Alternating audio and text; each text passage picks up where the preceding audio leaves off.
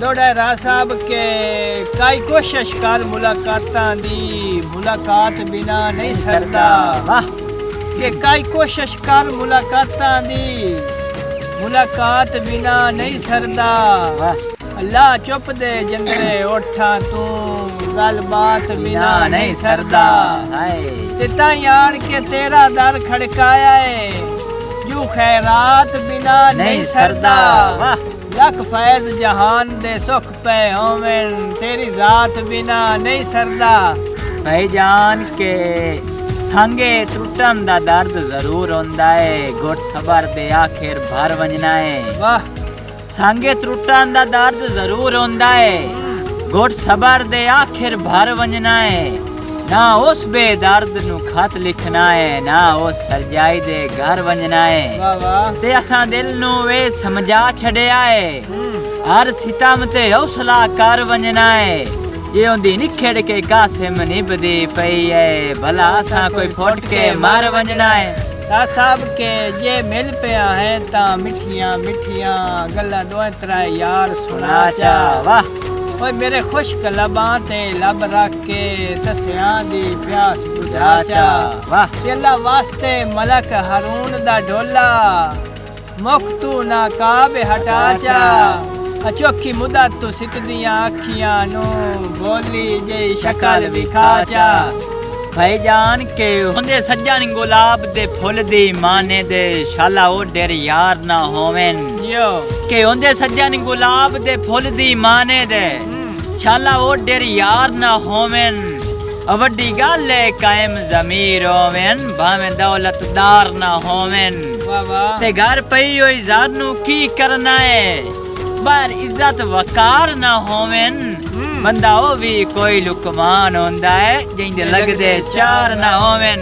राज साहब के रुत बलदी पई है, हौसला कर अजे चेतर चढ़ना है संग लगने। वाह भुल जदन हवा खुशबख्ती दी, वांजा दसमान पितंग लगने। हाय ए ता तैनू भी इल्म है रुस्तम जाया, डंग परते ने लगया डंग लगने।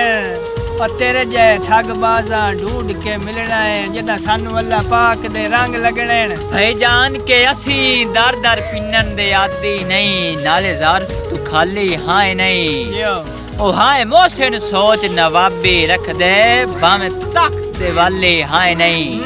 ते असी सज्जन असीर वफा दे हाँ, भुले कदे लज पाली हाय नहीं। यो खैरात दे बदले झिड़क ना दे, असी आम सवाली हाय नहीं। भाईजान के होवे आखे च परख ता काली रात चंगा सजोण दसींदा रंदा है। वाह डंग हिक भी लोड़ च गत्या होवे, सारी उम्र गिणींदा रंदा है। हाय है ठीक है अखान सियाणियां दा, जेड़ा आम सुनींदा रंदा है। मच्छी एक शाराज खराब होवे, सारा जाल पुनींदा रंदा है।